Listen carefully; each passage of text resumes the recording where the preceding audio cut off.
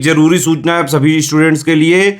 Study for civil services का Android app Google play store में आ चुका है, उसको प्लीज तुरंत इंस्टॉल कर लीजिए।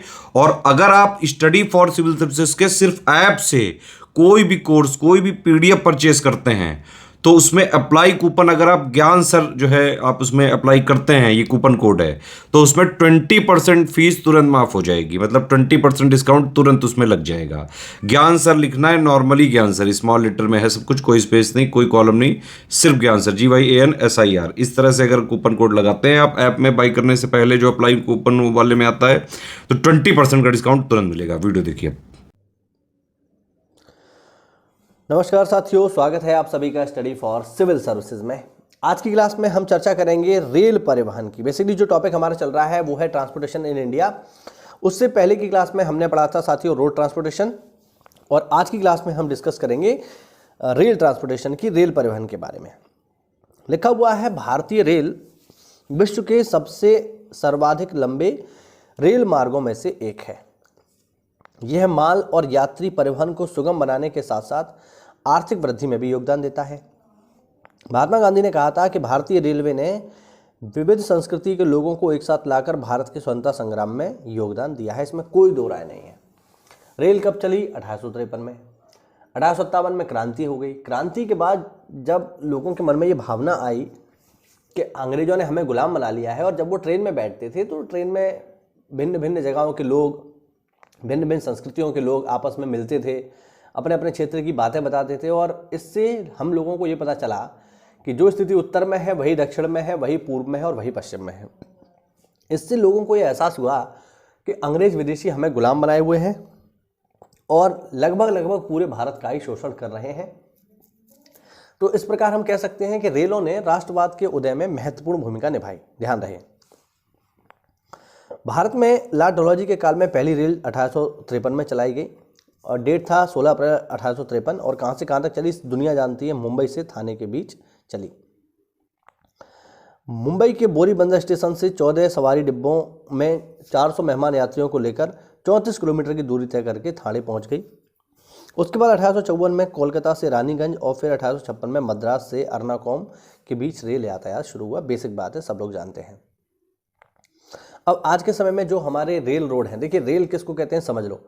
जो पटरी होती है ना, जो पटरी होती है साथियों, उसको रेल कहा जाता है। ध्यान रखना, इस तरीके से होती है ना, अब मैं यहाँ बना तो नहीं पाऊंगा, है ना। इस तरीके से जो पटरी होती है, बेसिकली ये दो पटरियाँ होती हैं, इन्हीं पे तो रेल चलती है ना। जो लाइनें होती हैं बेसिकली, इनको रेल कहा जाता है, ठीक है।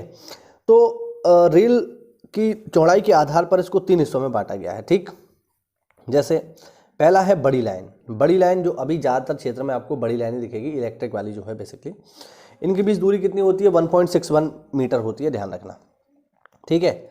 सबसे ज़्यादा लंबाई इन्हीं की है। ये डेटा 2016 का है, अब तो अपडेट हो जाना चाहिए इसको, ठीक है। अब तो मुझे लगता है करीब करीब हर जगह ही आपका इलेक्ट्रीफाई हो चुका है। कुछ ही इलाके ऐसे बचे हैं जहाँ पर इलेक्ट्रिफिकेशन नहीं है, वहाँ पर भी इलेक्ट्रिफिकेशन हो जाएगा, और बड़ी लाइन लगभग पूरे इंडिया में ही है, कुछ हिस्सों को छोड़कर। फिर आता है मीटर गेज। जैसे मैं जिस जगह पे रहता हूँ वहाँ पर अभी कुछ सालों तक, यानी 2008 के आसपास तक जो है यहाँ पे छोटी लाइन हुआ करती थी, हमने उसे खूब देखा है, ठीक है। इनके बीच की दूरी 1 मीटर होती है, ठीक है, और इनकी लंबाई काफ़ी कम रह गई है। लंबाई याद रखने की आपको कोई ज़रूरत नहीं है, ठीक है। ये मीटर गेज है, इसका नाम मीटर गेज इसलिए क्योंकि 1 मीटर लंबाई है। हम लोगों के यहाँ इसको छोटी लाइन की गाड़ी बोला जाता था, लाल रंग की होती थी, काफ़ी अच्छी लगती थी देखने में। अब तो वो इतिहास की बात हो गई, खैर। फिर आता है नैरो गेज, छोटी लाइन। इनके बीच की दूरी काफ़ी कम होती है ना, या तो 0.61 मीटर होगी या फिर 0.76 मीटर होगी, और ये तो बस कुछ ही क्षेत्रों तक सीमित है। जैसे अगर हम देखें ये कहाँ कहाँ आपको मिलेगी, तो ये शिमला में मिल जाएगी, टॉय ट्रेन करके आपने सुना होगा, शिमला में है। इसके अलावा ये आपको नीलगिरी में भी मिलेगी, ठीक, और एक जगह और मिलेगी, वो है दार्जिलिंग, यहाँ पर ये आपको मिल जाती है, ठीक है। अब क्या है, ये बस एक तरीके से हेरिटेज ट्रेन के रूप में चल रही है, लोग इनका आनंद लेने जाते हैं, बाकी इसीलिए चलाया जा रहा है इसको। भारत की अगर रेल सुरंगों की बात की जाए तो भारत की कुछ प्रमुख रेल सुरंगें हैं, इनको देख लो। इनमें कम से कम एक आपको याद रखना है, वो है पीर पंजाल। ये एशिया की जो है सबसे लंबी सुरंग है। लंबाई है इसकी 11.2 किलोमीटर। यह उधमपुर, श्रीनगर, बारामूला रेल लिंक परियोजना के तहत बनी है और जम्मू कश्मीर राज्य में है। फिर है कारबुद रेल सुरंग, महाराष्ट्र के रत्नागिरी में है, लंबाई है 6.5। फिर है नाथुबाड़ी, महाराष्ट्र में, लंबाई 4.3। फिर है भेरदेवाड़ी, महाराष्ट्र में 4। टीक, महाराष्ट्र में, लंबाई 4 किलोमीटर। और सवारदे ये है महाराष्ट्र में, लंबाई 3.4 किलोमीटर। पहला वाला याद रखना, वो ज़्यादा जरूरी है। भारत में 1871 तक कोलकाता, मुंबई और चेन्नई के प्रेसिडेंसी नगर रेल से जोड़ दिए गए। भारत में रेल मार्गों की सर्वाधिक लंबाई यूपी में है। ऑब्वियस बात है, यूपी में सबसे ज़्यादा रेल रोड है, क्योंकि हमारा इलाका प्लेन है, यहाँ पर रेल रोड बनाना आसान है। भारत में समतल स्थाकृति, मंद ढाल तथा उच्च कृषि उत्पादकता, उच्च जनसंख्या घनत्व के कारण गंगा के मैदानी क्षेत्र में रेल परिपथ का सर्वाधिक संकेंद्रण देखा जा सकता है। जो बात मैंने आपको बताई, यूपी में प्लेन है, ट्रेन बनाना आसान है, वही चीज़ है। भारत में विद्युत इंजन का निर्माण चितरंजन लोकोमोटिव वर्क्स द्वारा किया जाता है।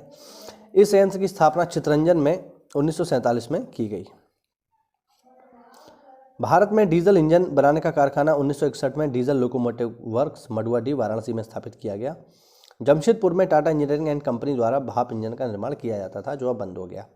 भारत में इंटीग्रल कोच फैक्ट्री यानी ICF, अभी जो भारत की सबसे तेज़ ट्रेन है जिसका नाम है वंदे भारत, उसके सामने जस्ट आप देखना, जो इंजन है उसका, उस पर ICF ही लिखा हुआ है। ICF का मतलब है इंटीग्रल कोच फैक्ट्री, जो कि है चेन्नई में, ध्यान रखना।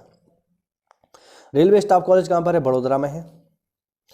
आगे देखो, फेयरी क्वीन विश्व के सबसे पुराने इंजन का प्रयोग करने वाली गाड़ी है। इस इंजन का निर्माण 1855 में हुआ था। यह 1908 तक चालू रहा। इसे पुनः वर्ष 1977 में रेलवे ने चलाया, अभी भी चल रहा है। ठीक है, ध्यान रखना, फेयरी क्वीन। आगे देखो, आगे भारत में तीसरी रेल कोच फैक्ट्री रायबरेली में स्थापित की जा रही है। क्या जा रही है? हो चुकी है ऑलरेडी। ठीक है, साल या साखू की लकड़ी बहुत कठोर, भारी तथा मजबूत एवं भूरे रंग की होती है।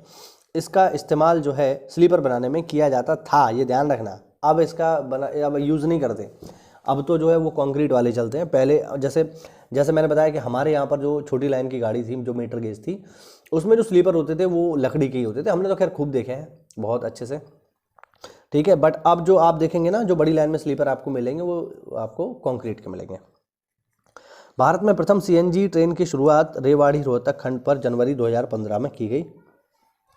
CNG ट्रेनों का परिचालन भारत में हरित गैस उत्सर्जन को कम करने और डीजल की खपत करने में सहायक होगा। तो ये हुआ आज का हमारा लेक्चर, इसमें हमने बात की रेलवे की। अच्छा, एक पॉइंट और है, उसको देख लो जरा। कोंकण रेलवे को जरा देख लीजिए। कोंकण रेलवे कहाँ पर है? ये 760 किलोमीटर लंबा एक रेल मार्ग है, जो महाराष्ट्र में रोहा से शुरू होता है और कर्नाटक के मैंगलोर को आपस में जोड़ता है। इंजीनियरिंग का बेमिसाल नमूना है। यह रेल मार्ग जो है 146 नदियों तथा 2000 पुलों, 91 सुरंगों को पार करता है ना। और आपने एक वाटरफॉल सुना होगा, दूध सागर, गोवा में पड़ता है बेसिकली। तो दूध सागर वाटरफॉल भी आपको इसी कोंकण रेलवे में ही देखने को मिल जाएगा। लोग इसकी यात्रा करने जाते हैं केवल उत्साह के लिए। आप इमेजिन करिए कि 760 किलोमीटर के मार्ग में 91 सुरंगें, 2000 पुल हैं, तो कितना रोमांचित ये लोगों को करता होगा। तो लोग इसका आनंद ही लेने यहाँ पर जाते हैं। तो ये हुआ साथियों आज का वीडियो। उम्मीद करता हूँ वीडियो में नई जानकारी मिली होगी। तो ऐसा है तो वीडियो को लाइक करिए, चैनल को सब्सक्राइब करिए। मिलते हैं अगली क्लास में, तब तक के लिए जय हिंद, जय भारत, वंदे मातरम।